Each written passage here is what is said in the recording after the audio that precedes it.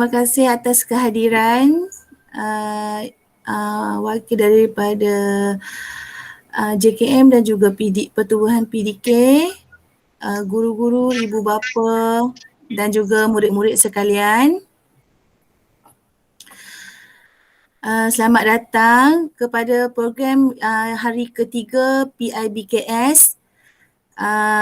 Tajuk pada hari ini ialah peranan dan faedah pertubuhan PDK kepada masyarakat di Sarike.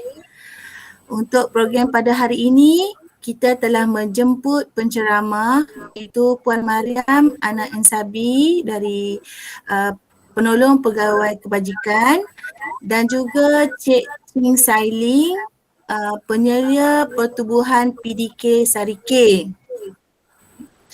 Ini untuk makluman semua.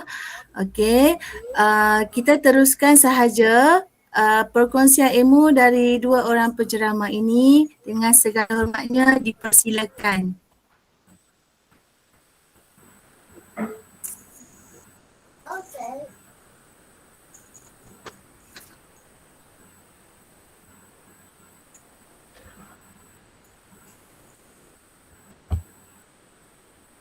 Selamat pagi semua. Assalamualaikum. Selamat pagi semua.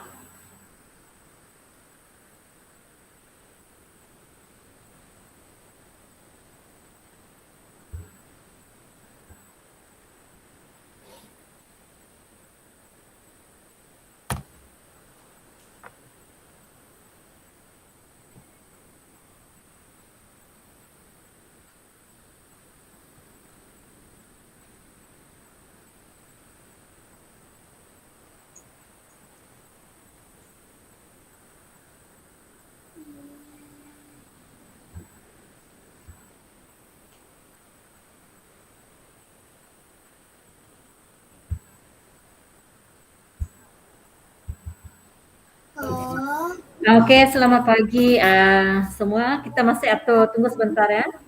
Ya, boleh. Salah.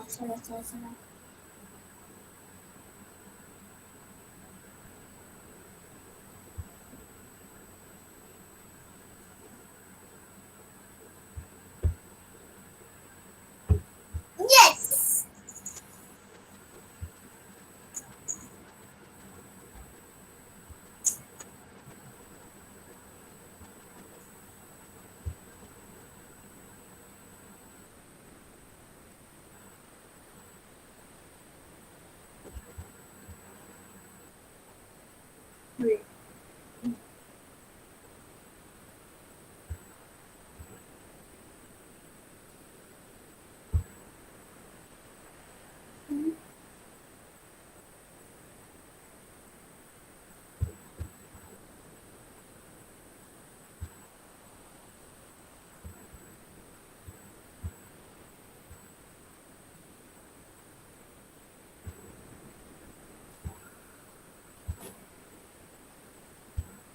Dan kemavati. Kaya siya.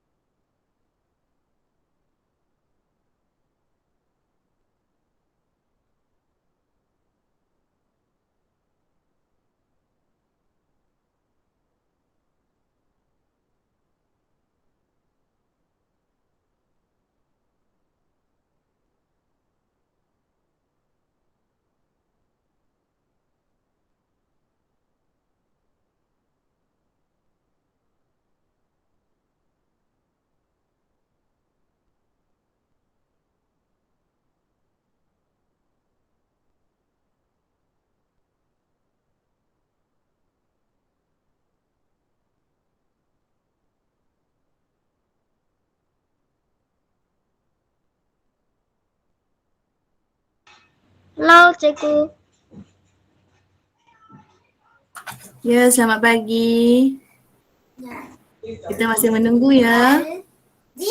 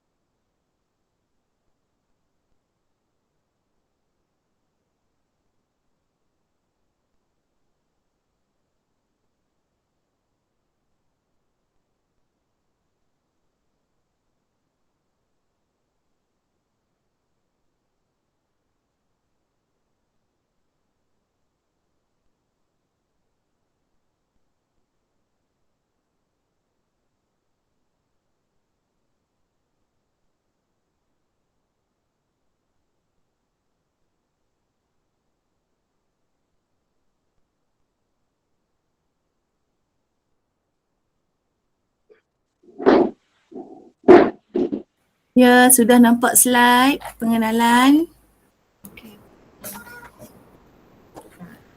Kena.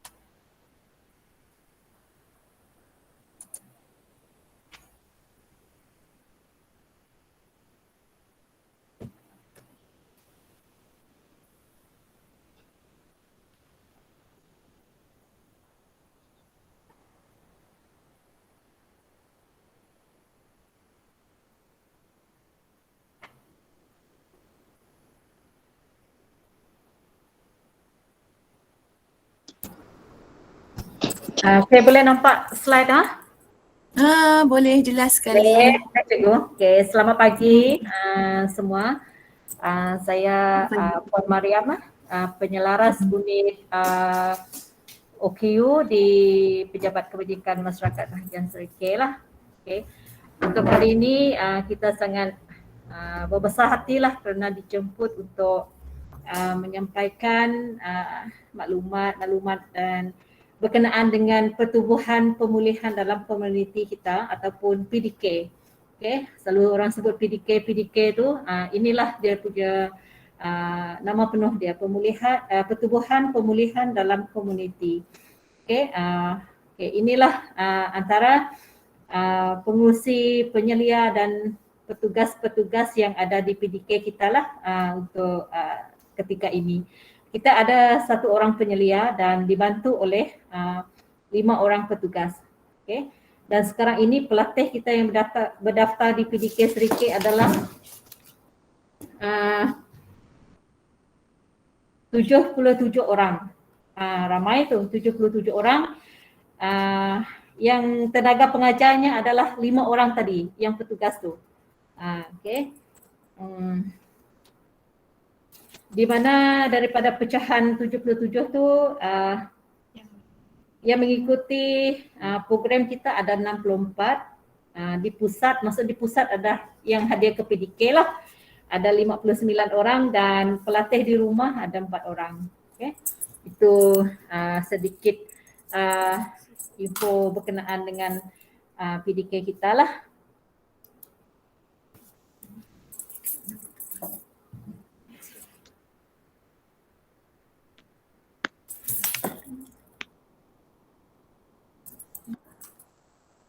Okay, PDK kita terletak di Jalan Huatai lah, bagi orang Serikeh dah tahulah, dan berada di tepi jalan utama kita lah. Okay. Untuk pengetahuan semua, PDK Serikeh ini ditubuhkan pada 1 Februari 2001. So kita telah beroperasi lebih kurang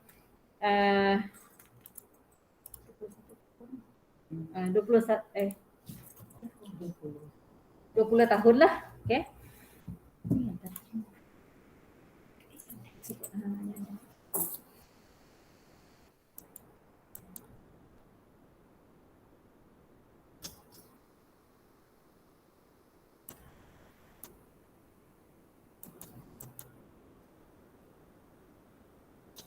Okay.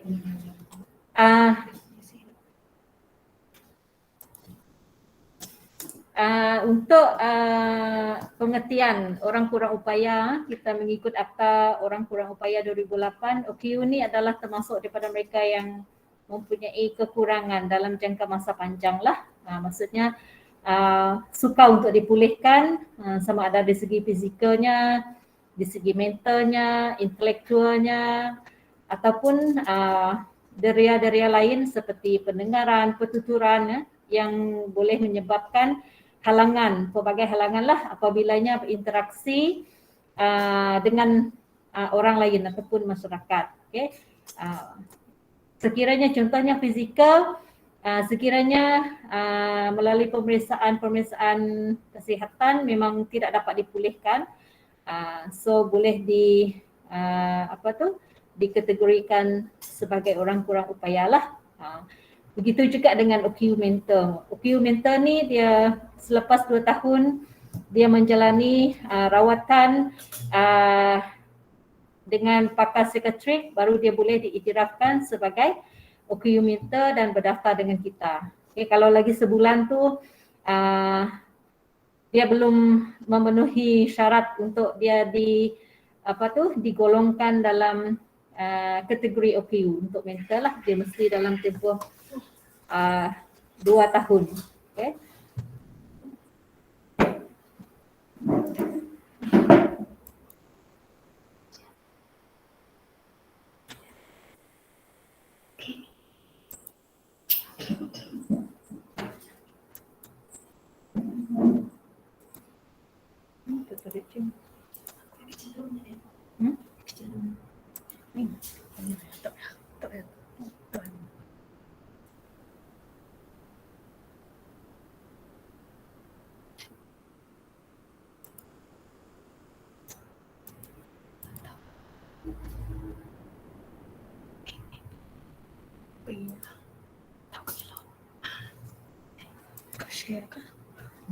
Okey, kalau program kita di PDK, kita definisikan sebagai satu strategi lah di pembangunan komuniti untuk rehabilitasi, penyamaan peluang dan integrasi sosial yang melibatkan golongan OKU inilah, dan penglibatan aktif OKU ini boleh dilibatkan ahli keluarga, masyarakat setempat dan juga disokong oleh perkhidmatan kesihatan, pendidikan, vokasional dan sosial yang menggunakan sumber tempatan lah. Itu bagi program penglibatan program kita di PDK lah. Okey, untuk PDK Serikeh telah ditubuhkan pada 1 Februari 2001 dan telah dirasmikan oleh Yang Berhormat Datuk David Teng Long Chi, okay, pada 27 Oktober 2001. Okay, ada jarak kan daripada Februari hinggalah ke Oktober tu. Dia ditubuhkan pada Februari tetapi dirasmikan pada Oktober pada tahun 2001. Dan nama pusat pemulihan dalam komuniti, kalau dulu mula-mula PDK ditubuhkan, dia adalah pusat pemulihan dalam komuniti. Tetapi pada 2018, nama pusat tu telah ditukarkan kepada pertubuhan. Maksud dia, bila ditukar kepada pertubuhan, PDK dah berdaftar di bawah NGO dah sekarang ni. Okay, pada 2018. Okay, ini adalah carta organisasi bagi PPDK di bahagian Serikeh kita yang sekarang lah, di mana penyelarasnya adalah saya. Okay, kita ada pengurusi. Maksudnya PPDK Serikeh ni dia ada ahli jawatan kuasa dia sendiri. Okay, yang dipengurusikan oleh Puan Afrida Darling. Okay, timbalan dia Encik Sebastian Buas. Dia ada bendahari, Cik Gera, setiausaha, timbalan setiausaha dan ada EJK lain. Kita pun ada melantik juga ex officio daripada kesihatan lah, iaitu daripada bahagian fisioterapi dan juga daripada pendidikan iaitu Cik Guyong. Okay, Cik Guyong. Dan pengoperasian di dalam PDK ini kita diketuai oleh penyelia iaitu Cik Ling Sai Ling dan dibantu oleh 5 orang petugas. Itu Puan Haida, Puan Mary, Puan Juliet, Cik Govinda dan Cik Thompson. Okay. Inilah penggerak utama kepada PDK kita lah. Okay. Dengan seramai 77 orang pelatih yang berdaftar di PDK Serikeh. Okay. Jadi mereka orang 6 ni lah yang bertungkus lumus secara ni lah setiap hari lah, okay, untuk melatih pelatih-pelatih kita yang turun ke PDK. Okay, ini adalah objektif penubuhan PDK. Yang pertama di mana meningkatkan kesedaran dan menggalakkan penglibatan masyarakat. Okay. Di mana dekat sini kita nak, maksud dia tidaklah kita sepenuhnya proses pemulihan untuk pelatih-pelatih di PDK ni kita 100% kita letak pada tanggungjawab petugas ataupun penyelia. Tetapi kita harus juga lah melibatkan masyarakat persekitaran untuk membantu kita lah, untuk membantu kita dalam pelaksanaan aktiviti ataupun program-program, okay, yang melibatkan masyarakat setempat lah. Yang kedua, menyediakan perkhidmatan pemulihan dan intervensi awal. Ini memang dilakukan di PDK sendirilah berdasarkan jadual-jadual aktiviti harian yang telah dirangka di PDK. Yang ketiga adalah menggalakkan penerimaan penuh dan integrasi sosial. Okay. Keempat, mengurangkan penempatan jangka masa panjang dalam institusi pemulihan. Maksud dia dekat sini dengan adanya PDK, okay, pelatih-pelatih kita dapat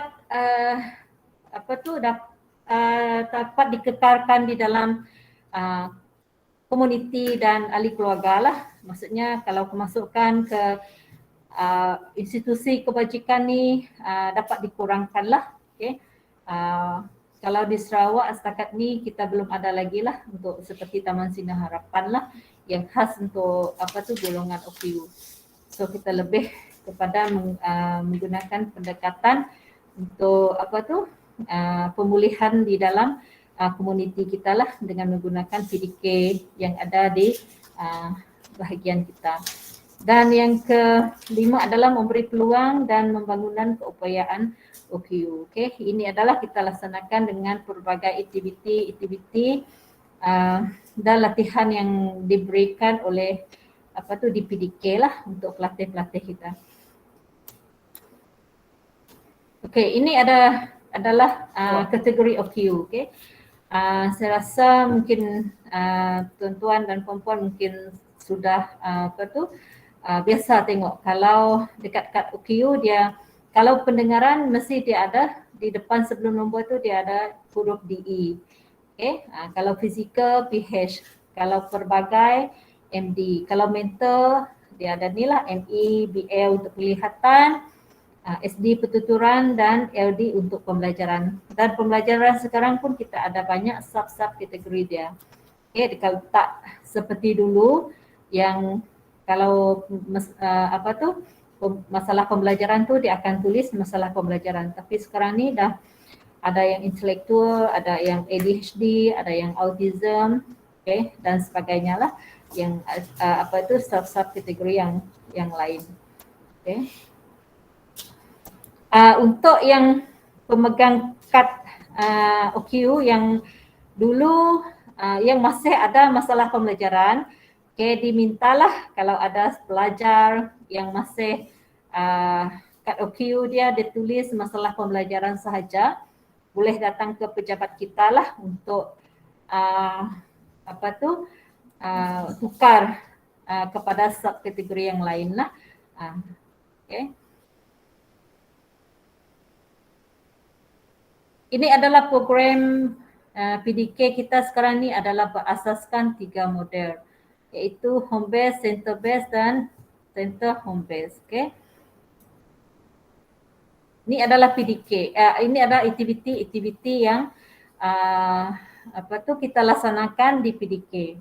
Ini adalah aktiviti umum lah, di mana kemahiran motor kasar, motor halusnya, perkembangan sosialnya, perkembangan bahasanya, dari segi pengurusan diri, okay. 3M, menulis, membaca, mengira dan juga melukislah. Kreativiti yang melibatkan rekreasi, permainan, okay, dan lain-lain lah. Latihan vocational ni kita daripada seperti craft tangan lah, seperti sulaman, jahitan, gubahan bunga dan sebagainya lah. Kita juga ada terapi muzik, sukan dan juga rekreasi. Okay. Ini adalah jadual yang boleh nampak Boleh. Boleh. Cuma kurang jelas. Kurang jelas. Okay, kita ada jadual di mana kalau di PDK kita buka pada hari Isnin hinggalah kepada hari Jumaat lah, tetapi Jumaat kita lebih kepada program lawatan ke rumah.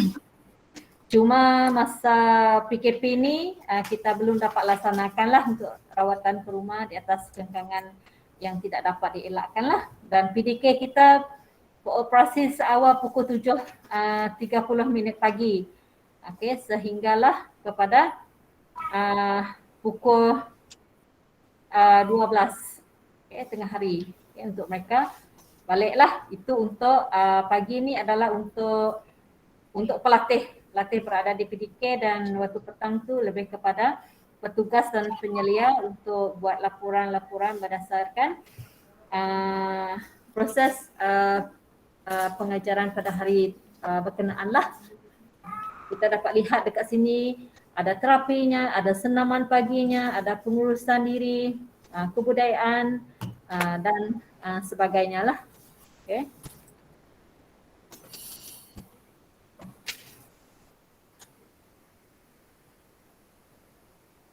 Okay. Konsep di PDK ni kita adalah one stop center lah sebagai focal point kerana ia adalah satu program yang menggunakan pendekatan integrasi komuniti di setiap daerah ataupun negeri, di mana yang kita berikan perkhidmatannya kepada OKU untuk memudahkan mereka dan masyarakat setempat mendapatkan maklumat, nasihat dan keperluan semasa serta latihan yang bersesuaian lah. Okay. Ini adalah sebagai PDK ni adalah sebagai pusat intervensi awal lah. Okay. Dan sekiranya masyarakat setempat ingin mendapatkan info ataupun maklumat berkenaan dengan okay, PDK, OKU, mereka boleh datang ataupun merujuk kepada PDK kita lah. Okay, sekarang ini kita ada PDK-Net yang baru dilaksanakanlah. Untuk PDK-Net ni adalah program boleh dikatakan program barulah di PDK. Untuk di Serikei kita bertuah lah kerana PDK Serikei terpilih untuk program PDK-Net inilah, di mana pelaksanaan program ini lebih kepada IT dan multimedia lah bagi membantu golongan kurang upaya seperti kanak-kanak sindrom Down dan kanak-kanak yang menghadapi masalah pembelajaran. Okay. Secara umumnya PDK-Net ini adalah berfungsi sebagai satu landasan untuk memperkembangkan dan membantu dalam pemulihan golongan kurang upaya, di mana program PDK-Net ini juga diharap dapat menambahkan pengetahuan dan kemahiran pelatih-pelatih kita dalam mengendalikan program perisian komputer lah. Okay, sekiranya keadaan kita dah kembali pulih seperti biasa, okay, di mana pelatih kita akan dapat satu program barulah dengan adanya kemudahan IT melalui program PDK-Net inilah. Kalau di Serikei kita setakat ini hanya ada daripada 4 PDK kita hanya ada 2 PDK yang terpilih di bahagian Serikei, iaitu PDK Serikei dan juga PDK Julau. Okay. Diharap dapat lagi lah 2 PDK yang belum dapat tu akan dapat untuk program inilah PDK-Net ni. Okay.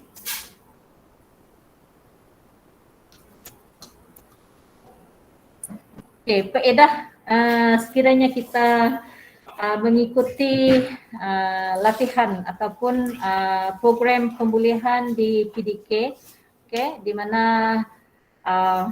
di segi yang pertama tadi adalah pengurusan diri, di mana ada pelatih kita yang belum tahu macam mana asas pengurusan diri, mungkin dekat PDK petugas-petugas kita boleh latih mereka untuk menguruskan diri, membersihkan diri, okay, macam mana nak jaga kesihatan. Di samping itu juga kita pun selalu jemput jabatan kesihatan lah, macam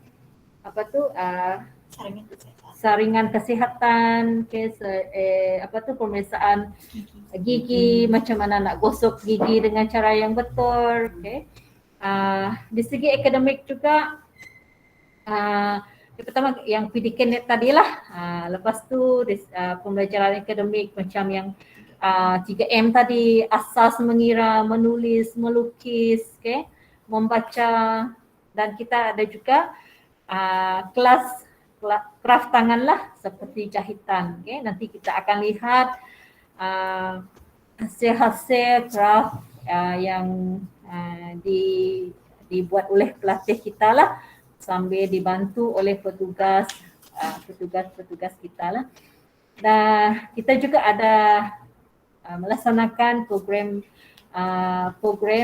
yang bersesuaian lah untuk pelatih kita di PDK ini, seperti objektifnya adalah untuk membina keyakinan diri pelatih kita dan untuk menyesuaikan pelatih kita bersama komuniti.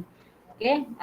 Cuma untuk 2 tahun ini kita tidak dapat laksanakan program di luar PDK disebabkan oleh inilah COVID ni. So kita tangguhkan dululah untuk program-program luar bersama pelatih kita. Okay. Selain itu juga kita di PDK ni kita ada latih mereka untuk bakat lah, untuk mereka menunjukkan bakat seperti menyanyi, tarian, okay, mengajar, okay. Walaupun mereka keadaan begitu, tetapi ada pelatih-pelatih kita yang berbakat dan mereka pun pernah membuat Got Talent pada tahun 2019. Okay. Dengan situ kita dapat mencungkillah bakat-bakat pelatih kita yang telah kita latih lah. Okay. Di dalam bidang sukan pun mereka diberi peluang untuk menyertai pertandingan. Pada tahun 2019 mereka ada menyertai fokus di Kuching untuk pelatih-pelatih PDK di negeri Sarawak masa itu. Okay.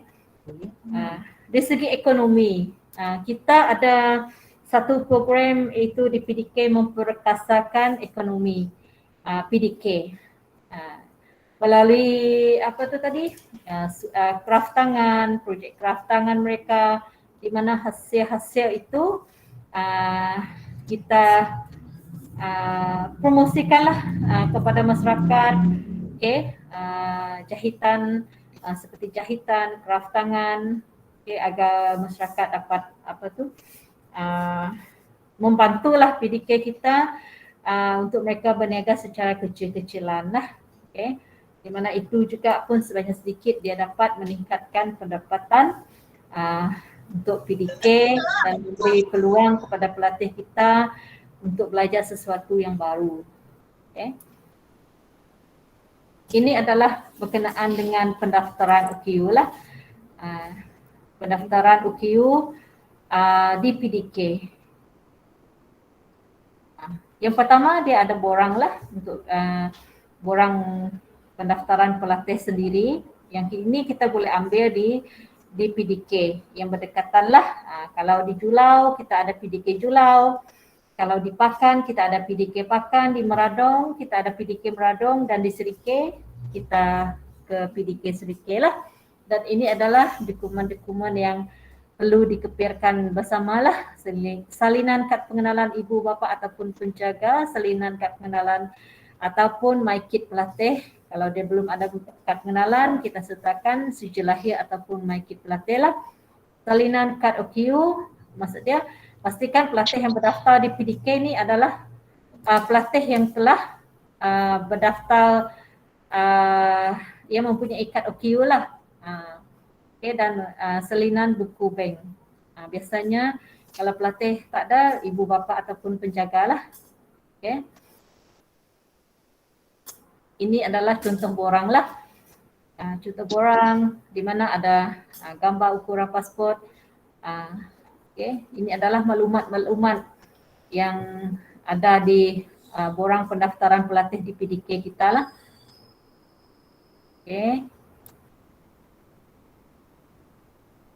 Dan dia pun ada pengesahan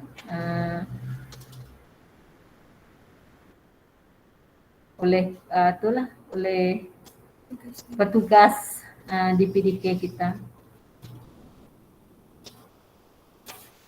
Ini adalah contoh-contoh kraft tangan dan jahitan yang dibuat oleh pelatih kita lah. Ini yang petugas kita latih mereka untuk buat beberapa kraft tangan. Ini pun termasuk di dalam program peningkatan ekonomi kita tadilah. Kalau ada tempahan daripada siapa-siapa lah, boleh hadiah ke PDK kita lah. Ini ada bantal kecil dan tu manik, sulaman untuk perhiasan.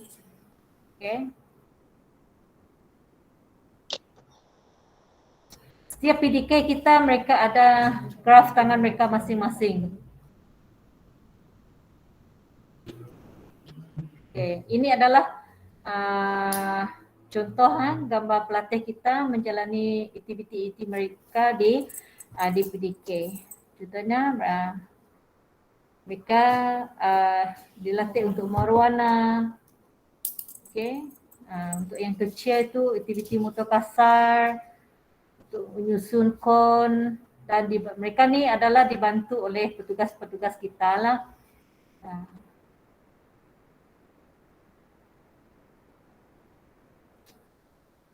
Itu mereka berkebun. Okay, aktiviti berkebun. Ini di dalam PDK kita buat aktiviti di PDK kita sendirilah. Aktiviti perhimpunan pagi, setiap pagi ada senaman. Okay.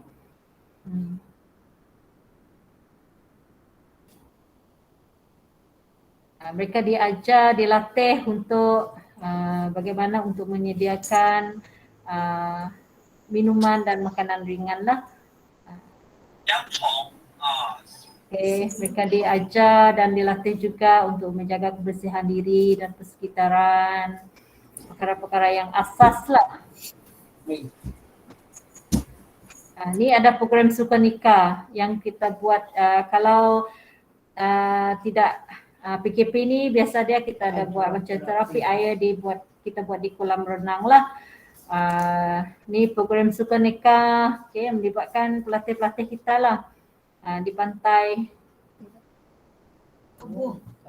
Yang ni di Pantai Kabung lah.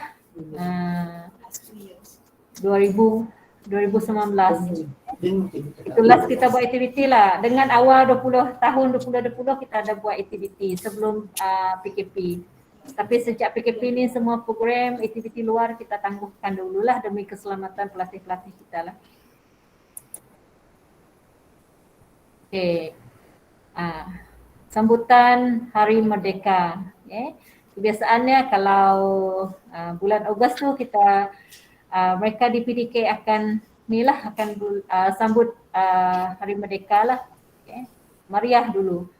Mereka pun ada program PDK Got Talent. Okay, ini yang berlaku pada awal tahun 2020 kalau salah ingat saya bulan Februari sebelum kita PKP.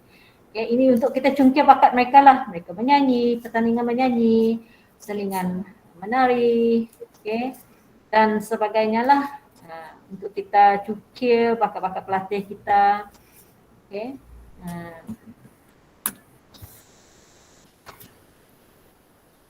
Ini adalah program Sayang Disayangi.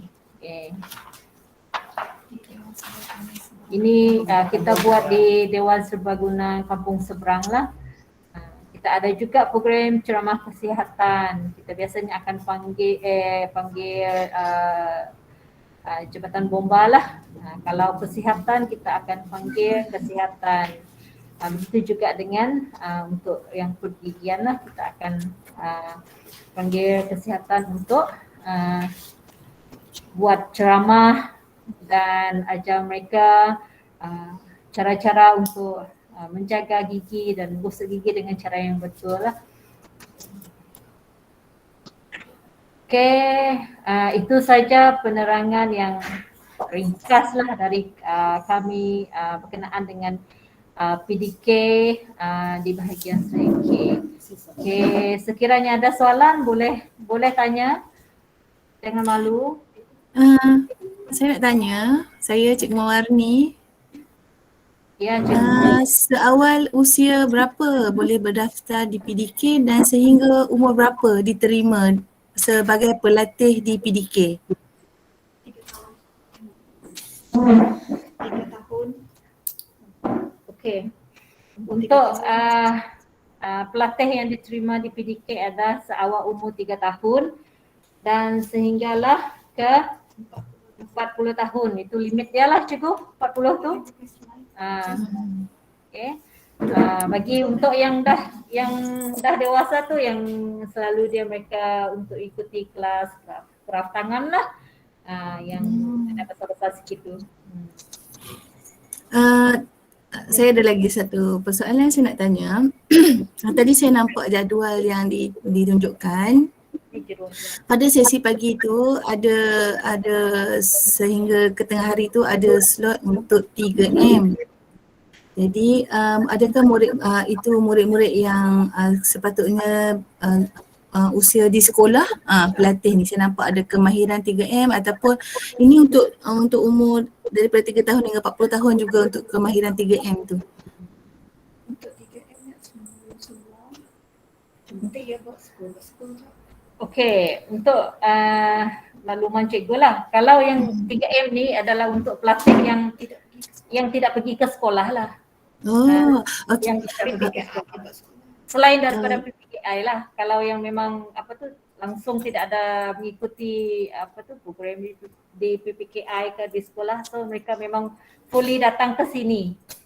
Oh, kalau bagi jika itulah. jika murid yang hadir ke sekolah, mereka juga ada pergi PDK ke? Ada yang berdaftar di PDK ke untuk buat apa-apa aktiviti? Yang berdaftar sahaja ada, tapi nak mengikuti pemulihan. Yang berdaftar saja ada cikgu, tetapi mereka tidak mengikuti pemulihan di PDK lah. Untuk yang waktu ni kan pagi ni waktu mereka berada di sekolah masing-masing kan. Ya. Ya.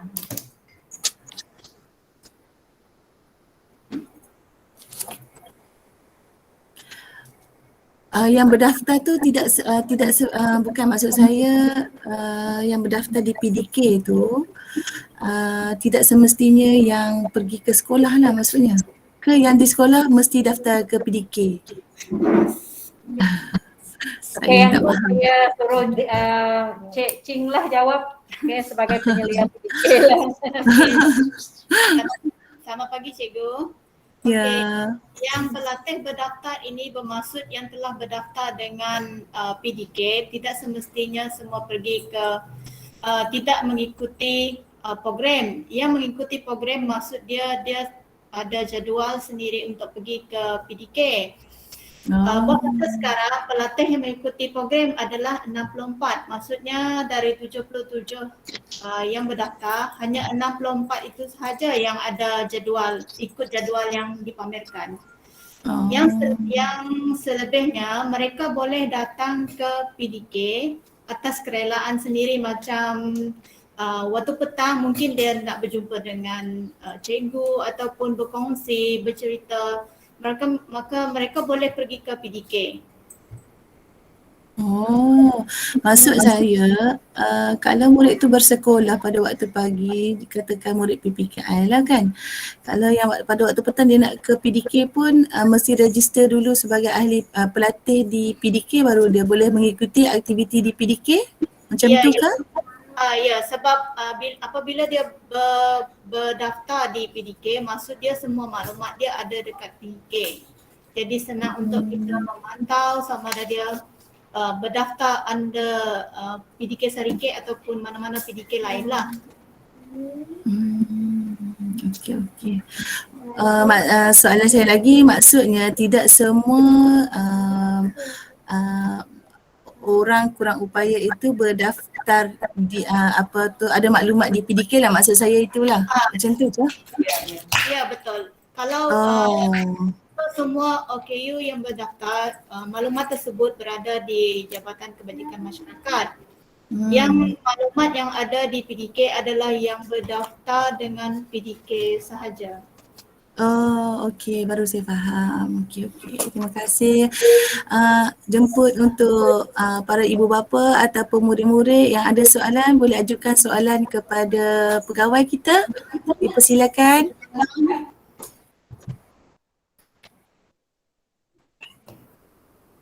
Saya ada soalan, boleh tak? Cikgu. Sedap ya beri ruang kepada Laiza Mapan. Ini ibu siapa? Ibu ke ibu ke bapa ni? Ibu kepada William. Silakan Laiza Mapan. Dia angkat tangan tu. Puan ada soalan ke? Tak ada bunyi. Buka. Saya ada soalan, boleh? Maaf sekejap. Boleh tak? Boleh. Saya ni boleh dengar kan saya. Ni Cikgu Sapura. Okay. Saya ada soalan tadi. Saya nak tanya saja satu. Ada tak yang di PDK itu yang ada masalah penglihatan? Buat masa sekarang penglihatan tak ada. Tapi ada seorang pelatih bernama Cik Besting. Dia ada masalah penglihatan tetapi dia punya kad adalah pelbagai. Maksudnya Itulah. dia ada atau lebih masalah. Oh. Tapi kategori dia memang penglihatan dah sebab saya kenal pelajar ni. Buat masa sekarang dia kategori pelbagai. Kategori pelbagai. Dia ada datang lah puan. Buat masa sekarang mereka buat di rumah sahaja, online, secara online. Okey, saya nak tanya lagi. Kalau yang di rumah tadi kan, ada center rumah tu, adakah macam kalau refleksologi contohnya kan, adakah jururawat, misal kata kalau jururawat kan dia datang dalam seminggu tu berapa kali, macam mana tu puan? Kalau yang macam seperti center ke home tadi kan, yang kata dari PDK ke rumah, dalam apakah yang di perkhidmatan seperti kalau ada nurse ke datang ke rumah itu kan ada macam psikologi ke apa ke terapi lah, seperti terapi itu. Oh, okey. Kalau kebiasaannya lah, kalau tak ada COVID ni, biasa dia memang pada hari Jumaat adalah untuk petugas kita buat lawatan ke rumah. Kalau di Serike kita ada 4 orang pelatih yang berdaftar dengan kita, tetapi dia adalah pelatih kita kategorikan sebagai pelatih di rumah. Maksudnya dia tidak dapat hadiah ke PDK mungkin kerana masalah dia lah seperti OQ yang terlantau tu. Pada hari Jumaat petugas kita yang akan buat lawatan ke rumah bersama dengan kalau dia perlukan kita punya fisioterapi, so kita akan bawa sekali lah fisio kita untuk turut serta bagi lawatan ke rumah. Okay. Dan satu lagi, banyak soalan saya minta maaf ya. Umur penghuni yang paling muda dan yang paling tinggi lah umur dia yang ada di PDK Serike sekarang. Yang paling muda berapa umur, yang paling bila yang tua lah berapa umur mereka? Adakah tak dihadkan umur? Kalau ikut pelatih yang boleh diterima masuk adalah 3 tahun dan paling berumur lah 40 tahun sehingga 3 hingga 40 tahun. Tetapi di PDK kita setakat ini kita ada pelatih yang berumur paling muda 5 tahun dan yang paling tua adalah 32 tahun lah. Setakat ini yang ada di PDK Serike. Okey. Terima kasih puan atas jawapan. Terima kasih. Okey, saya ada soalan. Saya Cikgu Yat Nicholas, saya nak bertanya bagaimana kalau di sekolah murid mendapat allowance murid khas, tapi bila pelajar sudah tamat persekolahan, sekolah tidak akan bagi allowance murid khas lah kerana itu untuk murid sahaja. Biasanya saya galakkan mereka untuk mendaftar di PDK untuk mendapatkan apa-apa kemudahan lah, termasuk juga sebab saya tidak faham, sebab saya tak tahu, sebab itu saya nak bertanya bagaimana di bantuan lah contohnya yang kepada murid kepada golongan OKU yang tamat sekolah ini, bagaimana dari aspek bantuan tu, bagaimana ianya diuruskan ataupun apakah bantuan-bantuan yang disediakan? Okey, berkenaan dengan pelajar yang telah tamat persekolahan, biasanya mereka yang berumur 17 ke atas kan cikgu? Yang tamat persekolahan ialah 20 tahun ke atas sebab mereka sekolah sampai kalau 20 tahun ke atas, okey. Walaupun di PDK kita menerima pelatih yang hingga 40 tahun tadi kan, tetapi sekiranya dia mahu mengikuti program-program kita lah, kalau memang dia tak ada kebenaran, sebab kita ada 2, kalau pelatih di PDK memang dia ada terima allowance 150 tu lah. Dia tak boleh. Kalau contoh dia terima pendidikan khas, dia terima PDK juga tak boleh. Dia mesti kena terima salah satu daripada itu kan. Ya, itu saya dengar. Sekiranya di Jabatan Kebajikan pun kita ada sediakan, maksud saya tadi, sekiranya telah berdaftar sebagai OKU yang punya kad OKU tadi daripada Jabatan Kebajikan, kami pun ada bantuan bulanan. Maksud dia dalam Jabatan Kebajikan kita ada dua jenis lah bantuan, itu bantuan OKU yang tidak boleh bekerja, tidak mampu bekerja, disebabkan oleh kekurangan ataupun kecacatan yang dialami oleh individu tersebut. Dan yang kedua adalah allowance pekerja orang kurang upaya, EPOKU. Okay? Maksud dia OKU itu bekerja yang telah berdaftar, dia bekerja dan dia boleh memohonlah sekiranya pendapatan dia tidak melebihi daripada 1,200 sebulan. Okey, ini bermakna sekiranya murid itu sudah tamat persekolahan, maksudnya mereka sama ada mereka bekerja ataupun tidak bekerja, mereka untuk bantuan 150 tersebut mereka harus memohon kepada Jabatan Kebajikan Masyarakat lah maknanya. Kalau 150 allowance di PDK, mereka kena berdaftar di PDK dan mereka kena mengikuti latihan dan program-program di PDK lah. Sebab kalau dia memang tidak ada buat kerja apa-apa, saya rasa bagus juga dia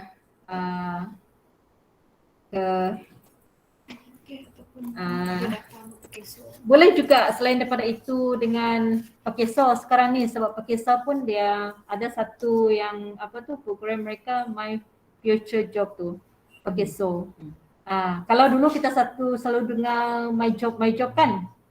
Ya. Pakeso ada satu program di mana mereka mencari pekerjaan untuk OKU yang boleh bekerja. Okey, tak apa sebab untuk Pakeso itu kita memang pun ada panggil Pakeso untuk buat ceramah besok lah petang besok.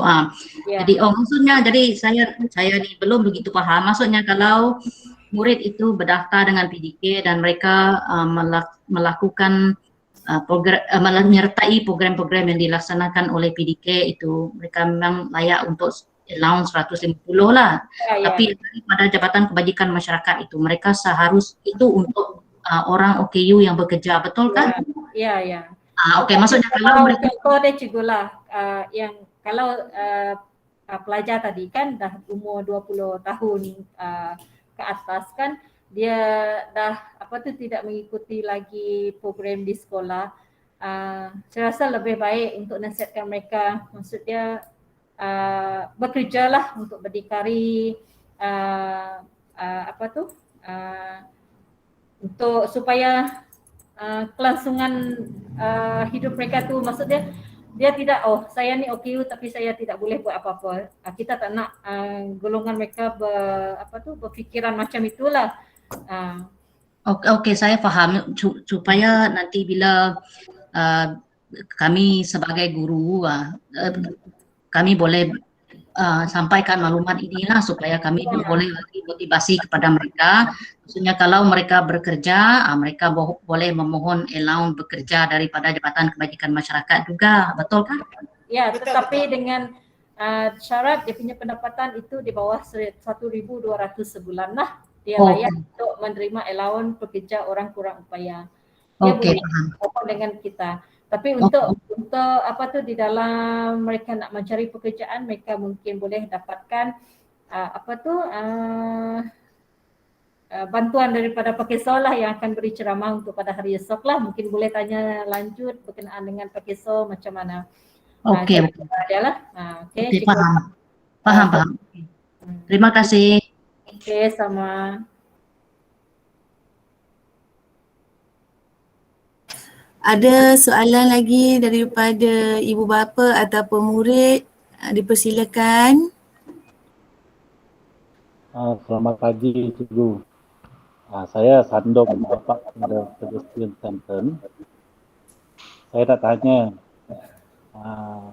PDK ini berdaftar dengan kebajikan masyarakat saja ataupun ada berdaftar dengan ROS? Itu soalan saya, Cikgu. Terima kasih. Okey, untuk makluman lah. Jabatan pula. PDK ini sekarang bila dia dah tukar nama macam slide saya kata tadi adalah di mana kalau dia pusat, masih pusat, nama pusat dulu memang dia under JKM, tetapi bila dah tukar kepada pertubuhan, sekarang dia adalah pertubuhan pemulihan dalam komuniti, mereka berdaftar dengan ROS.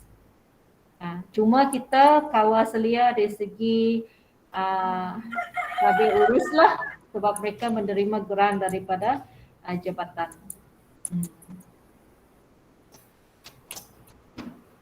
Baik, terima kasih. Berhubung dia punya ahli organisasi tadi di pertubuhan, macam mana tu tangkap muat ataupun daripada ahli-ahli PDK itu ataupun ibu bapa PDK itu?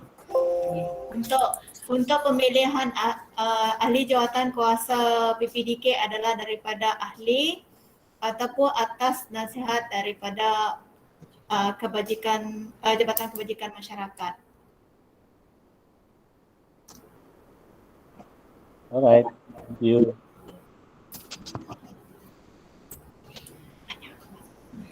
Hello, good morning. Saya ibu kepada salah seorang pelajar. Okay, concerning awal tadi kan Puan Mariam ada nyatakan mengenai kad OKU bagi murid yang kategori LD. Okay, anak saya dia ada kad yang the latest issued was on the 7 August 2020 and then it is said kategori ketidakupayaan spesifik LD. Adakah ini kad yang terkini? Ya. Ini yang terkini ya? Oh ya, kalau dulu mereka adalah dia kalau dulu kad lama lah, kalau Puan ada kad lama yang kad OKU lama dulu, dia tulis masalah pembelajaran saja kan? Yes. Yang spesifik LD, autism, syndrome Down, ADHD, intellectual adalah subkategori baru di bawah masalah pembelajaran. So this is the latest card lah, specific LD. Alright, so meaning that I don't have to send it over for renewation, alright? Okay, ada satu lagi, talking about allowance. For example kan, anak saya in a year or 2 years time, dia akan tamat persekolahan. But then I just want to know, kalau dia tidak masuk PDK, alright, and then she's not doing anything, I mean she's not going somewhere else yet, belum lagi, kita belum tahu arah dia nak pergi, does she still continue to get the allowance or not?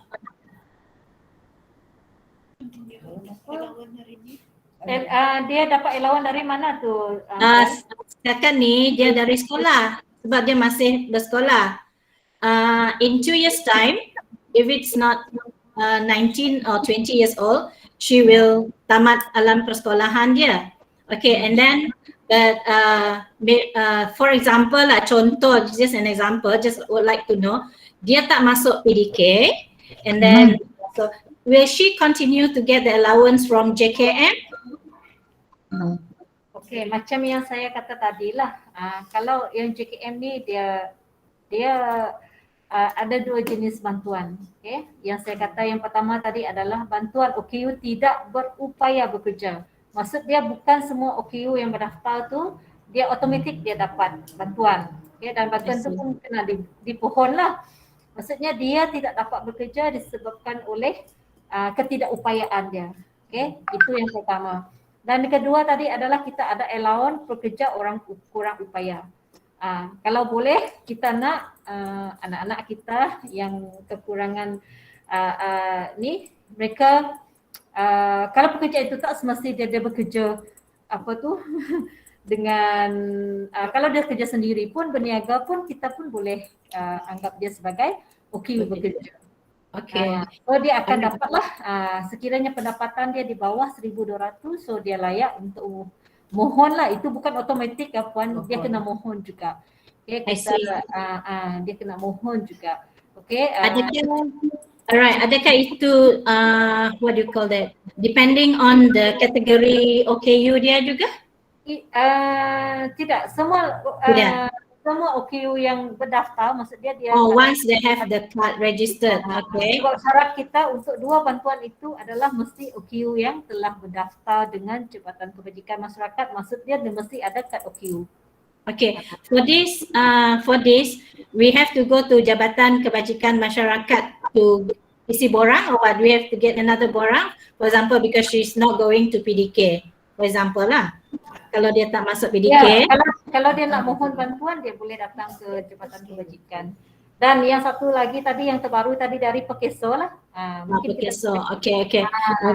That we will know about it Friday. Okay. Jadi, so let me clarify. Kalau dia dah tamat sekolah nanti, allowance yang sekolah tu automatically tidak akan ada lagi kan, correct? Ya betul, Mak Tiffany, betul. Okay. And then, so let's say she's not, dia dah tamat sekolah, so we need to go to JKM to lapor so that her allowance will still go on, walaupun dia belum bekerja lagi. Mak Tiffany, sebab itu saya galakkan murid-murid PPKI yang tamat sekolah untuk mendaftar dengan pertubuhan. Sarike sudah pertubuhan kan tadi? Ya, pertubuhan. Itu saya menggalakkan murid-murid yang tamat persekolahan mendaftar dengan pertubuhan dalam komuniti supaya mereka boleh menyertai program-program yang dilaksanakan dan juga allowance itu diberi. Dan setahu saya daripada murid-murid yang mengikuti program tersebut, saya pun ada dengar mereka pun juga ada dapat bantuan daripada mana-mana badan-badan kebajikan lah. Contohnya kalau ada perayaan mereka pun ada diberi sesuatu lah. Jadi at least mereka terlibat dengan masyarakat melalui PDK. Sebab itu saya galakkan mereka menyertai selain daripada allowance itu. Okay, because hari ini saya panggil PDK kami panggil PDK untuk membuat ceramah lah supaya kita boleh bertanya, boleh mendapat maklumat yang lebih lanjut lah berkenaan dengan perkhidmatan pertumbuhan dalam komuniti Sarike ini dan juga Jabatan Kebajikan Masyarakat. Ya, thank you Cikgu ya. Sebab sebelum ni kita tidak ada maklumat mengenai ni, right? Okay, one thing I want to know, saya nak tahu bila dia mendaftar untuk PDK, mesti dia tunggu dia habis tamat sekolah ataupun before? For example, tidak semestinya. Minta maaf ya yang saya paham lah ya, sebab ada pelajar PPKI SMK Bandar, mereka juga berdaftar dengan PDK sebab PDK macam yang diberitahu tadi, umur 3 tahun hingga 40 tahun boleh mendaftar. Sama ada dia sekolah atau tidak sekolah, dia boleh mendaftar. Cuma allowance murid khas itu dia tidak boleh dapat lebih daripada satu pihak. Dia hanya layak dapat daripada satu pihak. Kalau dari sekolah saja. Kalau daripada PDK saja. Tetapi saya galakkan dia, kalau pelajar sekolah dapat dari sekolah. Karena kalau ada pelajar sekolah yang tak terima IMK, sekolah akan di query lah. Kenapa lah? Karena kami kena tunjuk sebab itu. Kalau pelajar sekolah dapatkan IMK daripada sekolah. Tetapi untuk mendaftar sebagai PDK di pertumbuhan dalam komuniti, semua yang umur 30 tahun hingga 40 tahun yang ada kad OKU, tahu saya betul kan saya, kalau saya salah, layak untuk dapat. Cuma dari segi allowance lah beza. Okay, contohlah bila mereka umur akan tamat persekolahan, 19 atau 20? Umur macam Tiffany kan, tahun depan ni tahun terakhir lah, bila umur 19 tahun. Okay, when can I register her for PDK? Ini time ini time lah, bila mau pergilah. Oh, I see. Okay. So anytime lah, doesn't have to wait till she finish her school. No need. Okay. Thank you so much for the clarification. Dan kalau saya tak betulkan ya, yang pegawai daripada PDK dengan Jabatan Pendidikan Masyarakat betulkan ya.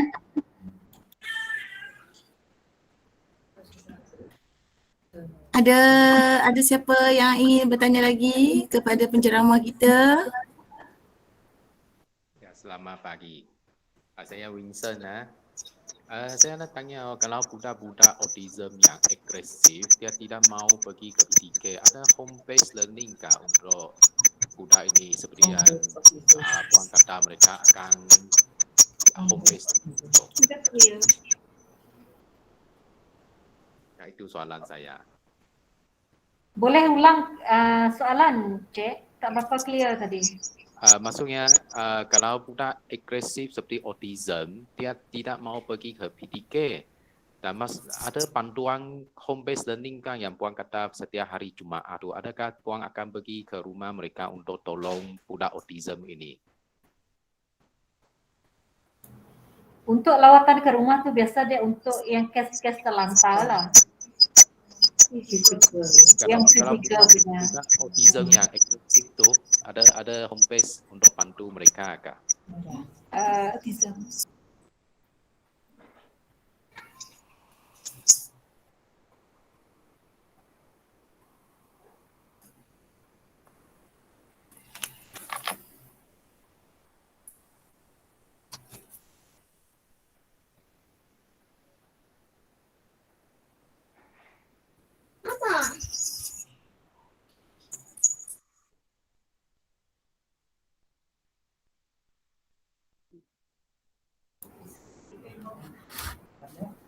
Buat masa sekarang kita adakan untuk yang terlantar sahaja untuk pergi home visit. Tapi sekarang pun belum dapat pergi home visit.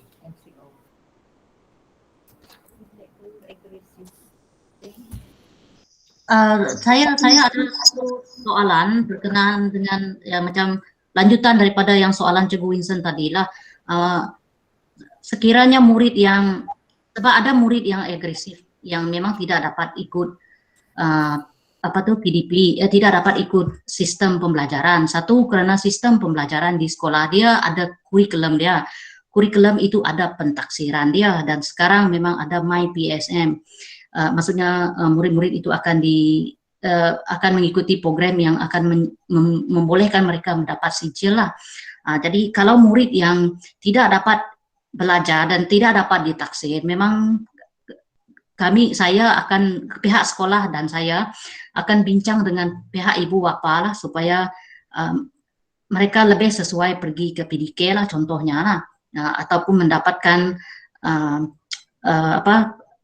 rawatan ataupun terapi daripada Agape lah contohnya swasta. Sebab mereka ini yang tidak dapat ikut PDP ini, yang agresif ini, dia bukan saja kami bukan saja tidak dapat melaksanakan kurikulum yang ditetapkan oleh Kementerian Pendidikan dan tidak dapat ditaksir, mereka juga mengganggu proses PDP di dalam kelas yang menyebabkan murid-murid lain yang boleh mengikuti kurikulum dan boleh ditaksir itu tidak dapat diajar karena cikgu dan PPM sibuk menguruskan murid yang agresif ini. Sebab itu saya dengan pihak sekolah, badan pengurusan sekolah memang akan bagi murid yang tidak dapat ikut kurikulum ini, memang kami cadangkan untuk berdaftar dengan PDK supaya dia boleh mendapat apa-apa bantuan daripada PDK. Jadi lanjutan daripada soalan Cikgu Winston, saya nak bertanya, sekiranya apakah perancangan di pihak PDK berkenaan dengan sekiranya murid-murid yang tidak dapat ikut, selain daripada tadilah ada program untuk macam 3M tadi kan untuk murid-murid itu, selain pada program tersebut, jadi untuk murid yang agresif ini, bagaimana PDK boleh membantu murid-murid ini? Sebab murid-murid ini pun memang tidak dapat di sekolah. Jadi apa perancangan ataupun apa program sedia ada di peringkat Jabatan Pendidikan Masyarakat dan peringkat PDK untuk murid-murid yang agresif yang tak dapat ikut kurikulum ini.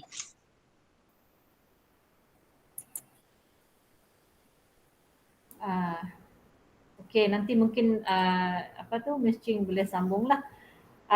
sekiranya dia agresif, dia agak keterlaluan, di PDK pun dia akan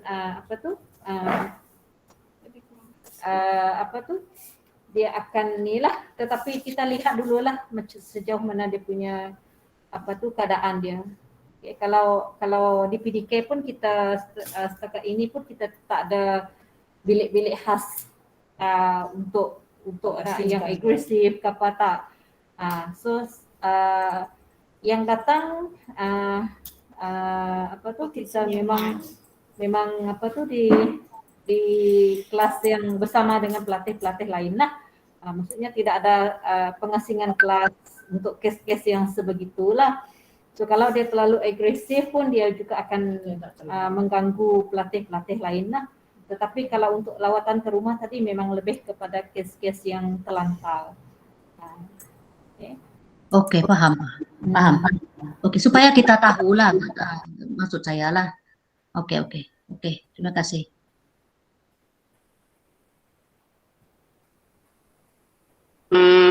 Boleh tak saya tanya soalan daripada PDK? Saya nak tanya satu kalau boleh Puan, boleh tak cikgu saya tanya tu?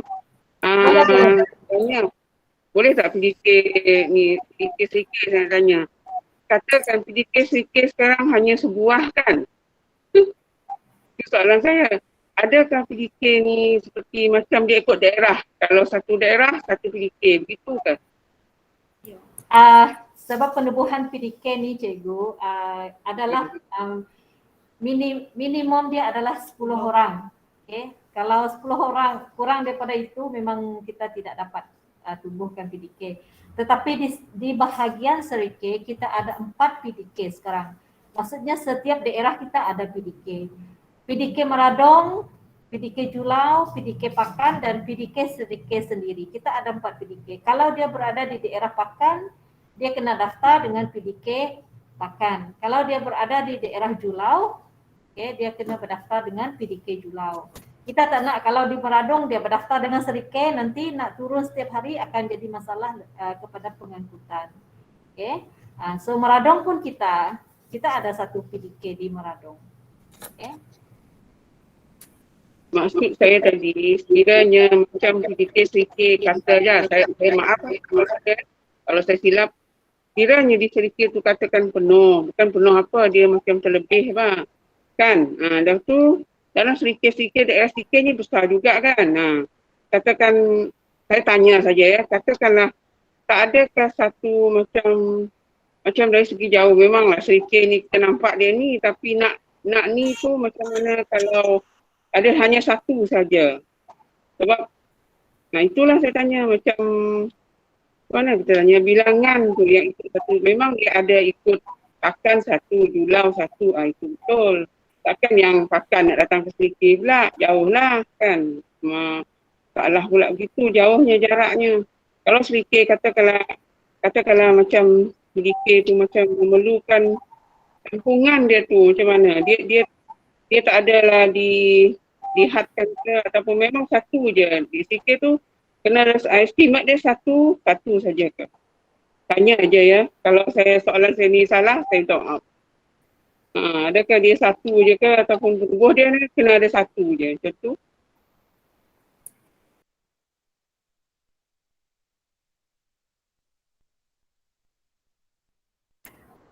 Untuk masa sekarang memang satu je lah. Cikgu belum ada lagi cuangan sebab satu daerah. Okey. Terima kasih. Sebab kalau kuantiti yang kita ada pun dia mungkin beberapa tahun ada mereka yang keluar daripada PDK kalau umur dia dah capai ataupun dia panel penilaian dia tidak lagi layak untuk dan sesuai untuk berada di PDK. Tidak semestinya 64 orang ni lah untuk setiap tahun. Ada yang keluar masuk lah. Selagi kita boleh muat untuk masuk PDK, datang saja ke PDK untuk berdaftar. Okey, saya ada satu soalan. Saya nak tahu apakah cara ataupun instrumen yang digunakan di PDK untuk mengukur perkembangan pelatih di situ? Untuk yang itu petugas akan buat penilaian selama 3 bulan. Paling lama untuk menilai satu-satu tugasan adalah 6 bulan. Contoh tugasan yang diberikan ialah macam menyapu sampah di lantai. Okey, dia akan dinilai dari bulan pertama hinggalah bulan ketiga. Sekiranya pelatih tersebut masih belum dapat menyapu dengan baik ataupun dengan bantuan ataupun separuh bantuan ataupun dia langsung tidak dapat menyapu. Jadi aktiviti tersebut akan disambung sehingga 6 bulan seterusnya. Kemudian sekiranya pelatih tersebut tidak berjaya melepasi aktiviti tersebut, jadi dia akan ditukar kepada aktiviti lain. Adakah saya menjawab soalan Puan? Yes, correct. Sangat jelas sekarang. So depending on the progress lah, itu depending progress dia. Yeah. For example, she achieved objective achieved. Dia achieve the what do you call that, the task, and then dia akan move on to another task. Is it correct? Like that? Ya. Dia Yes. ada 3 dengan bantuan, separuh bantuan dan dengan bantuan. 3. Guidance and without guidance. Okay. Ya. Right. Thank you so much.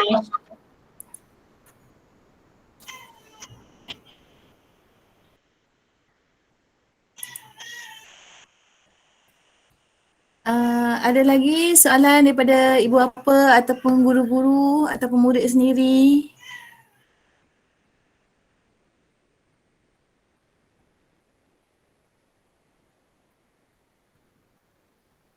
Okey, belum ada yang bertanya. Untuk pengetahuan Puan Mariam dan juga Cik Ching, Cikgu Ia merupakan penolong kanan pendidikan khas SMK Bandar Sarike. Minta maaf tadi sebab atas urusan Cikgu Ia lewat sikit masuk. Kita mula dahulu. Saya memperkenalkan Cikgu Ia dan saya mempersilakan Cikgu Ia untuk memberi ucapan. Dipersilakan.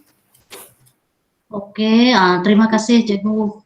Terima kasih Cikgu Mawani, penyelaras PIBK kita pada hari ini dan juga merupakan pengacara kita pada hari ini. Selamat pagi saya ucapkan kepada pegawai daripada Jabatan Kebajikan Masyarakat dan juga daripada Pertubuhan dalam Komuniti Sarike. Saya amat juga selamat pagi saya ucapkan kepada semua ibu bapa dan penjaga murid PPKI dan juga murid PPKI yang menyertai program kita pada hari ini. Sebenarnya program hari ini kita sebenarnya masukkan dalam sesi pengajaran dan pembelajaran lah sebagai salah satu input daripada badan profesional lah, macam seperti PDK dan juga Jabatan Kebajikan Masyarakat dan juga dalam minggu ini kita memang panggil agensi profesional lah untuk memberikan ceramah dan juga bengkel berkaitan dengan murid-murid pendidikan khas lah supaya murid dan ibu bapa dan juga guru PPKI mendapat pengetahuan yang berguna lah. Dan saya rasa hari ini sangat menarik lah, banyak perkara yang kita tak tahu dan juga yang kita bertanya juga. Jadi saya mengucapkan ribuan terima kasih lah kepada pegawai daripada PDK dan juga daripada Jabatan Kebajikan Masyarakat kerana sanggup meluangkan masa untuk berkongsi pengetahuan, pengalaman dan kemahiran kepada kami lah. Dan saya berharaplah program ini akan kita buat lagi lah kan, kita boleh dari semasa ke semasa bertukar pengetahuan. Okey. Jadi itu daripada saya lah. Oh, oke, terima kasih. Terima kasih kepada Cikgu Ya. Ada ucapan terakhir ataupun pesanan terakhir daripada Puan Mariam ataupun Cik Ching? Selamat pagi semua cikgu dan ibu bapa lah yang terlibat dalam program kita pada hari ini lah. Sebenarnya saya rasa jemputan untuk beri ceramah ni dah saya rasa beberapa bulan lepas lah, tetapi saya maklumkan sebab kami di Pejabat Kebajikan Masyarakat Bahagian Seri K memang sangat sibuk dengan kawasan yang lockdown dan yang dikenakan PKPD sampai ke Julau Pakan, dan kita pun tahu sekarang memang sangat hangat lah di bahagian Seri K kita. Jadi benda tu ditangguh sehinggalah pada semalam cikgu mau aku saya ke pejabat, kebetulan saya ada turun. Terus saya kata dengan dia, saya pun kesian juga sebab dah berapa kali kan ditangguh. So saya kata tak apa, kalau pasal PDK tak apa, nanti saya dengan Miss Jing akan usahakanlah. So sehingga hari ini kita dapat laksanakanlah. Dan saya pun berterima kasih juga kepada pihak sekolah yang sudi menjemput kami lah untuk menyampaikan info tentang PDK. Sebab PDK ni macam seperti mana yang saya kata tadi lah, kita bukan bergerak sendiri, kita sangat memerlukan bantuan, pertolongan daripada semua pihak. Baik pun daripada ibu bapa, pelatih, pihak sekolah dan masyarakat setempat lah. Kalau tidak ada pelatih, PDK kita boleh tutup lah. Sebab minimum dia tidak boleh kurang daripada 10 orang.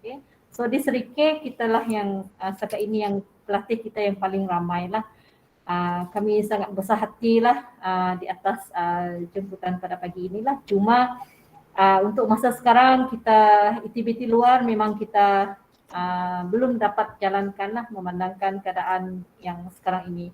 Sekiranya ada masa lain, tidak ada menjadi masalah lah sekiranya kita bertukar. Kalau dah boleh buat program nanti mungkin boleh bersamalah kami di PDK sedikit untuk sama-sama buat program dengan pihak sekolah. Itu sajalah. Kalau ada salah silap daripada kami, minta maaf cikgu. Dengan semua ibu bapa yang hadir pada hari ini lah. Itu saja. Terima kasih. Sebelum tamat, mimpi semua buka kamera, biarkan slide tu di situ, minta buka kamera supaya kita untuk screenshot, untuk ambil gambar lah untuk program hari ini. Yang masih ada tu sila buka kamera ya. Okey. Lagi. Mak Tiffany sebab sekarang okey ada lagi. Buka lagi yang tu. Ada lagi. Cikgu Insan? Boleh Cikgu mau ni ambil Sekejap. Okey, Cikgu Maniam, saya pun ambil. Okey, semua senyum depan kamera. 1, 2, 3. Sekejap.